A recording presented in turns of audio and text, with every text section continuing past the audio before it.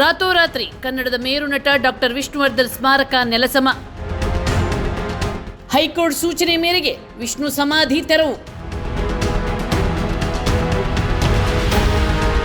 ಹಿರಿಯ ನಟ ಬಾಲಣ್ಣನವರ ಬೆಂಗಳೂರಿನ ಹೊರವಲಯದಲ್ಲಿರುವ ಅಭಿಮಾನ್ ಸ್ಟುಡಿಯೋದಲ್ಲಿದ್ದ ಸ್ಮಾರಕ. ಸಮಾಧಿ ವಿಚಾರಕ್ಕೆ ಬಾಲಣ್ಣ ಹಾಗೂ ವಿಷ್ಣು ಕುಟುಂಬದ ನಡುವೆ ಜಟಾಪಟಿ. ಬಾಲಣ್ಣ ಕುಟುಂಬ ಒಪ್ಪಿದ್ರೆ ಸರ್ಕಾರಕ್ಕೆ ಜಾಗ ನೀಡಲು ಹೈಕೋರ್ಟ್ ಹೇಳಿತ್ತು.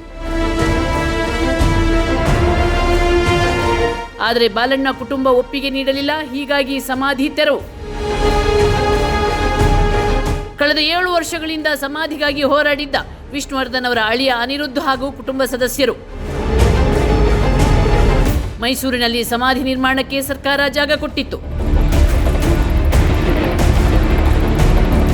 ಅಭಿಮಾನ್ ಸ್ಟುಡಿಯೋದ ಹೊರಭಾಗದಲ್ಲಿ ಅಭಿಮಾನಿಗಳಿಂದ ಆಕ್ರೋಶ. ಬಿಡಿ ಸರ್, ಏನ್ ಸರ್, ಅವ್ರ ಪುಣ್ಯ ಭೂಮಿನೇ ಹೋಗಿದೆ, ನಾವೇನ್ ಮಾಡೋದು, ಯಾರಿಗೆ ಹೇಳೋದು? ಹೇಳಿಗ್ಲು ಅವರು ಅವರ ಬೆಳಿಗ್ಗೆ ಹೊಡಿಬೇಕಿತ್ತು, ರಾತ್ರಿ ಎಲ್ಲ ಹೊಡಿಯೋದು.